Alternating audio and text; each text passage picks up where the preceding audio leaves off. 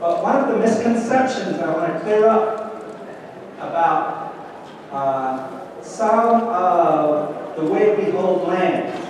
And I know a lot of you have complaints about EISs, compliance with this regulation. Why do we need this? Why do we have to have this? The bottom line is, many folks aren't aware, or we don't understand. We don't look back into the past as to why and how we got here. Why are things the way they are?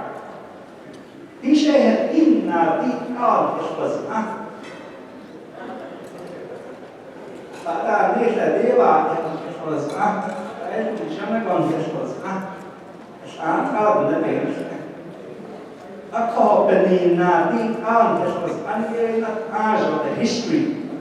If you look at our history, you have an understanding of why we're here. Years ago, you called the net.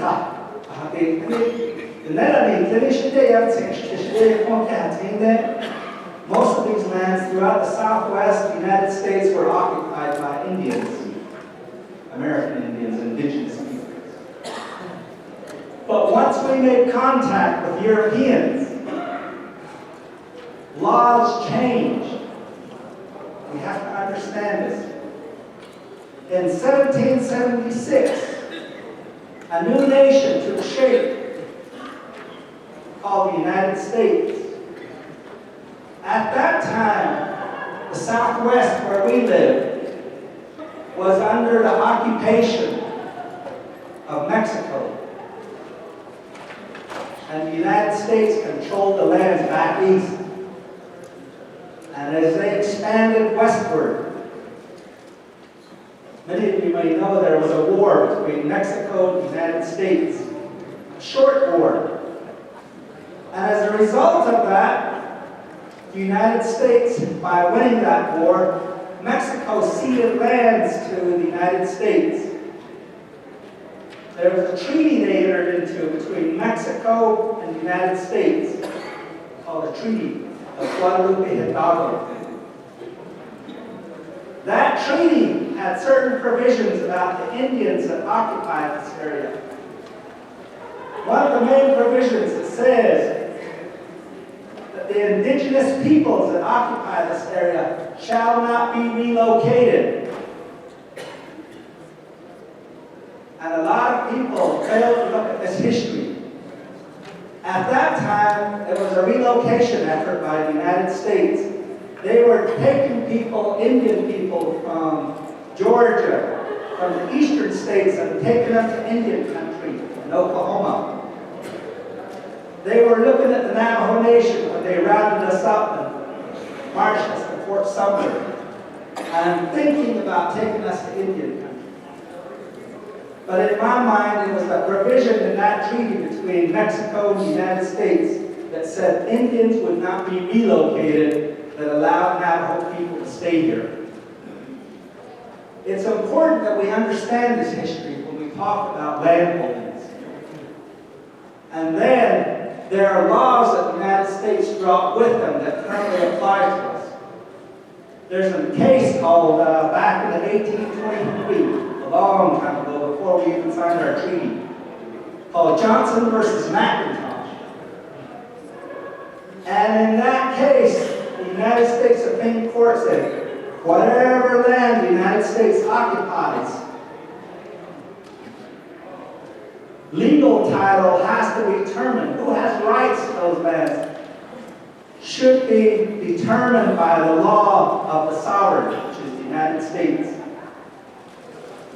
That means the Supreme Court determined that whatever happens within the lands that's occupied in the United States should be done in accordance with the laws of the United States. And I hear a lot of people saying, we have Aboriginal title, we've been here, pre-existing the United States. And we need to recognize, but from their end they're saying, that may be good and dandy, but we're a sovereign nation. And what happens within our territories has to be in accordance with our laws. That's what they tell us. And this case, Johnson versus McIntosh, further said, okay, the United States, where these Indians once held land, has title to those lands by virtue of discovery. And the Indians that live on those lands, when it was discovered, have a right to occupy those lands, a right of occupancy. And if their right of occupancy is going to be extinguished, it has to be either by conquest or by purchase. And the reason I'm explaining this to you is so you can understand that the way we exist on the Navajo Nation, the way we hold our rights on the Navajo Nation, is recognized under U.S. law in this process. So, the three principles that come out of that case. The United States holds title. Indian tribes have a right of occupancy. Aboriginal title, some people call it, that can be extinguished by purchase or by conquest. The United States chose to deal with Indian tribes not by conquest, but by purchase. They dealt with the Navajo Nation. Once they gained possession of the Southwest from Mexico, they dealt with the Navajo Nation by means of signing a treaty. So our rights to these lands is based on a treaty, the Treaty of 1868. And we all need to understand our rights between the United States government and the Navajo Nation emanates or flows from that treaty. And in that treaty, we reserved for us certain lands, which is now, it was a small piece of land at that time. And then by executive order, we added to it, we added more. It's important that in the Land Summit discussion that you understand the history of this and how most tribes started out with big lands and they lost it. The Navajo people started out with a small piece of land and we expanded it. There was a reservation right next to ours called the Hopi Reservation, and for other Indians living there. There was a Navajo-Hopi dispute. We went to court over it. First, they sued us. Congress granted them the right to sue us. They got a little parcel of a certain executive order, what we ended up doing is we sued them for the 1882 reservation. And I always hear people out there complaining, oh, the Hopis got this. But in reality, we took half of their lands that was set aside for them. Then they sued us for a portion of the reservation, a big portion, and they got a little piece. This is a legal victory that we just won. Just not too long ago, 2006, by means of a settlement. A major legal victory, unprecedented. And none of you probably know about it that much. It's a major victory. And a lot of people out there still complain about it, saying, oh, the Hopis got too much. But if you look at it from a larger context, it was actually the Navajos that were the major victors in these legal actions. So that's a little bit of a background. I wanted to explain to you a little bit about the legal of it. So today, the federal government holds legal title. You sometimes hear it called trust lands. They hold these lands in trust for the Navajo Nation. I call it the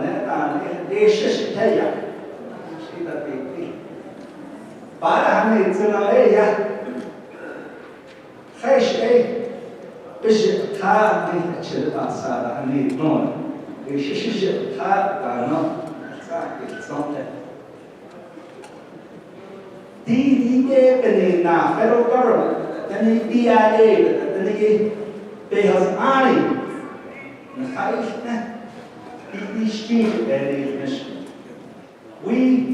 they passed the laws for Navajo lands.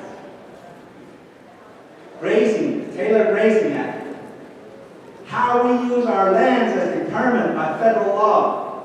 They passed laws to enable us to lease it for business purposes. And in that process, when the president, the BIA is going to approve that, it's called a federal action, that you have to comply with certain environmental requirements and so forth.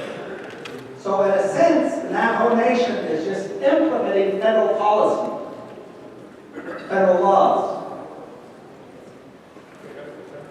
Some people would object to that and say, no, we're sovereign, we're not doing that. But that's another way to look at it. And we have a lot of difficulties with the lands and the management of today. And it's a result of the fact that we don't get to independently determine how our lands are administered based on. So keep these things in mind as why our hands sometimes are tied. And going into the energy discussion, back in the early 1900s, there was some oil discovered. Somebody had to be a spokesperson for the Navajo people. So they created a government for us. Our economy turned during the war era, where the United States used the Navajo lands as a source of uranium for the war effort. So many of our relatives, our aunts or uncles or whoever, went out into the mines, and we know the legacy of that. The harm caused, and it's federal policy. Grazing, we not have all kinds of difficulties about grazing, but that's also federal law. So a lot of these things, we have to take some action somewhere, somehow, if we want to correct these things, to say maybe it's time for us to manage these things. Give us that ability.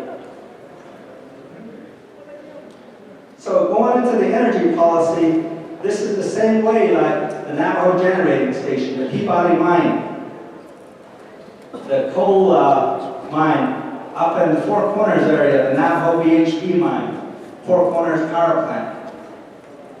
In the late 50s and early 60s, these were developed for the Navajo Nation to spur our economy. Back then, we probably didn't drive around in nice pickup trucks and so forth. They gave us a little bit of a revenue stream. Today, you all need to know that our general funds, last year I think we received about $225 million to our general budget, general revenues. Out of that 225, 95% of it comes from energy resources, coal development, oil and gas royalty, rights of ways, and even the taxes that we impose on these folks. And those dollars go into the window rock, into the general revenue. And from there, it's allocated to the chapters and the employees that all work. So this is important to us. This is our, some people use it cliche, our bread and butter. And that's why we see that we need to have a lot of involvement. I know there's a lot of environmentalist people saying, leave it alone. It's harmful, it's this way, it's that way. But on the other side of the harm, is it provides jobs for our people, provides clothes, tuition, may provide a car payment, gas. Not only for the people that work in the mines, but also for the people that work in Window Rock and out of the chapters. And this is the only economy, the only money-making venture. 7 days a week, 24 hours a day, goes cha-ching, cha-ching, cha-ching, and brings in dollars. 24 hours a day, the only economic activity that generates dollars on that basis. A lot of you say, we make a living by raising animals, we make a living by farming. That produces when you have crops, that produces when you have land to sell, or when you have calves to sell. It doesn't produce revenue 7 days a week, 24 hours a day. And that's why we have a need for an energy policy. To say, this today is our lifeblood. And we have a provision in here for fundamental law and energy policy. What it does for us is we say, we'll do these developments in accordance with our traditions, our beliefs as Navajo people.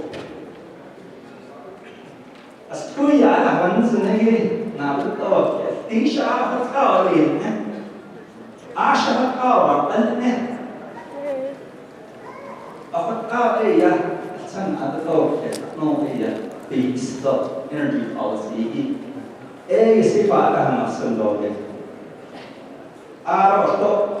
These large-scale developments. One of the things we want to do is take control of it from the Navajo Nation. Make it Navajo, give us an ownership. Remember, these are guidelines. This isn't really law. There's another provision about sustainability. NASCO, that we need cargo, that we not need ego, that to ash chinky day at all this. Nasash chinavans at the case all this. I teach you me, and that is not only I'm nasi gospel. Of a car, I think it's so. Fancy case. Tsosie, say Jennifer, be so. But I have no left of car. Ishtin, you based on that, but it's not that way. Jim. Basically, point no station, Navajo generating station, no Four Corners power plant. Aj Evich Amni. But it's not based on Yanam, they make a hard thunder from Peabody Mine. Just for royalties and taxes, not excluding the employees, we get about $50 million per year. We just renegotiated the power plant lease for Navajo generating station. On top of that, from lease payments and so forth, we expect somewhere in the vicinity of about $44 million per year. So just by that combined, that'll be $94 million. Plus, the way the workers out there also make money. And that's a benefit. We did a study for both operations. And for a certain period of time, it was determined that that provides about a $13 billion benefit to the Navajo Nation. These are enormous. This is why Fred and I, for the last 3 years, we've been putting so much effort and making sure that these operations continue by renewing the lease. And there's a threat today of shutting down the Four Corners power plant. The BHP says the price they're willing to pay for the coal will not sustain us. And this is the provision in here. It says it must be sustainable. So they're saying we're going to leave and we're going to exit. We're going to shut the mine down. So we said, okay, we'll buy it from you. So these are the kinds of discussions that we have.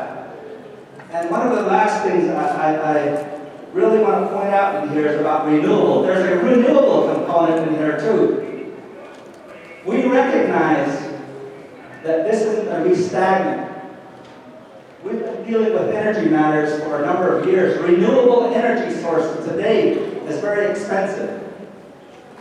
By solar or by wind, it's the highest cost power. The Navajo Nation gets most of its power from the dams, from the Western Area Power Administration. NQA receives the power allocation. The power we receive is the lowest cost power.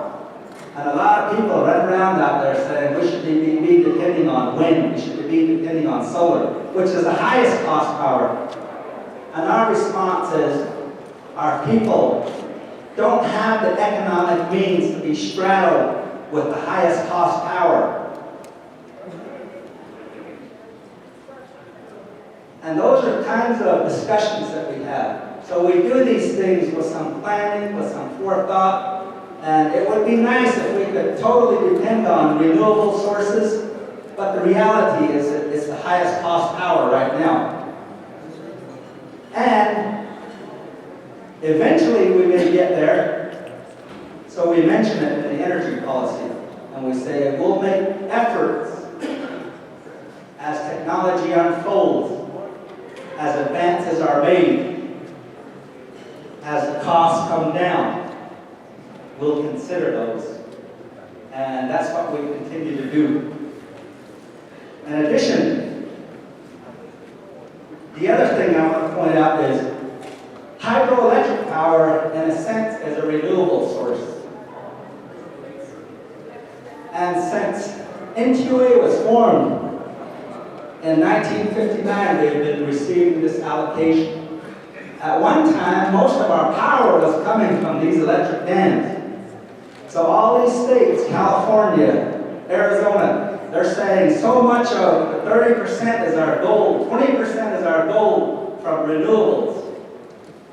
We've been exceeding that standard since the early 60s because most of our power has been coming from the hydroelectric facilities.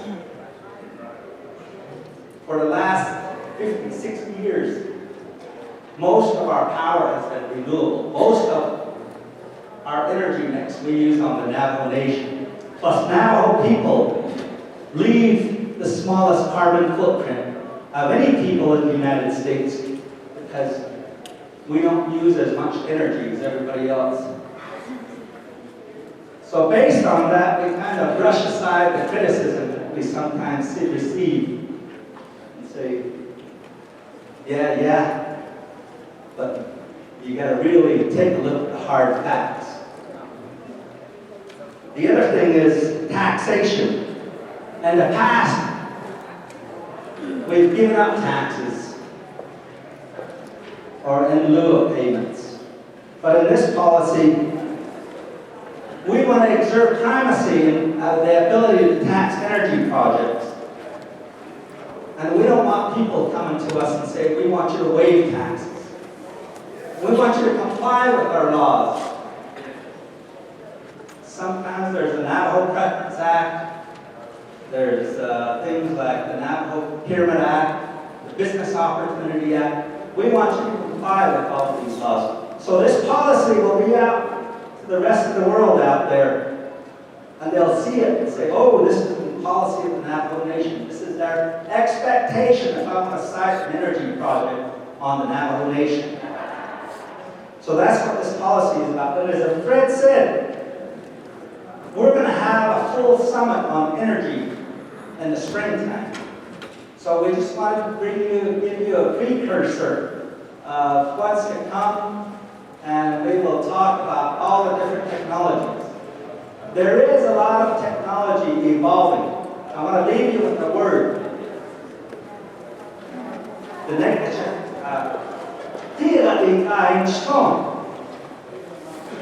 most people will say, as attorneys, we're supposed to know the laws of the Navajo Nation.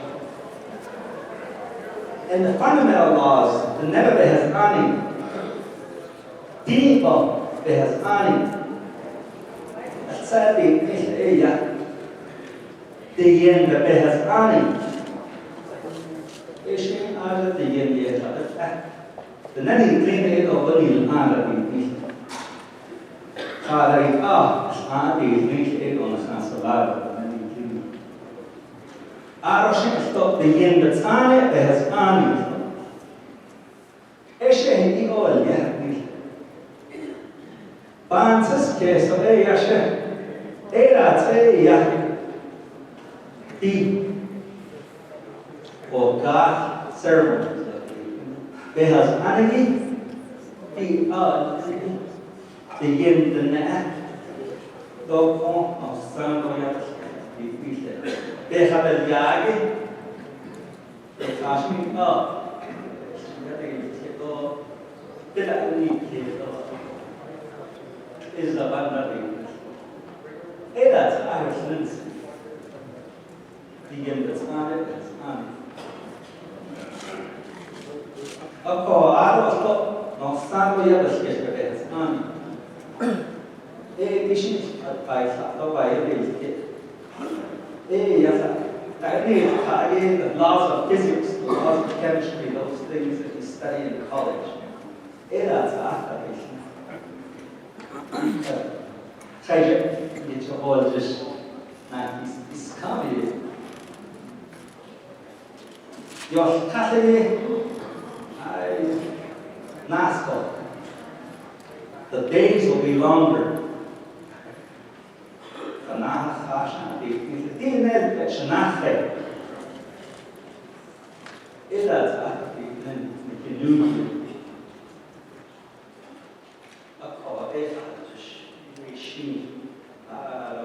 Days get shorter again.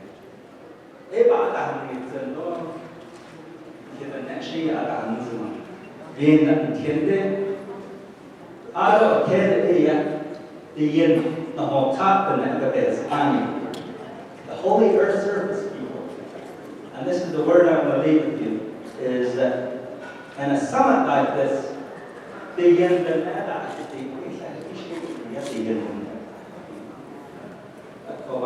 case, even today case, even in the classroom, yeah. Even Nasi Catholic Catholic Arwa, and here a Catholic Ingo. Both the other people, so they're Nasi, and the Asian in they are the more top. I advances case, I chapter and chicken. I say, when it's all they thought,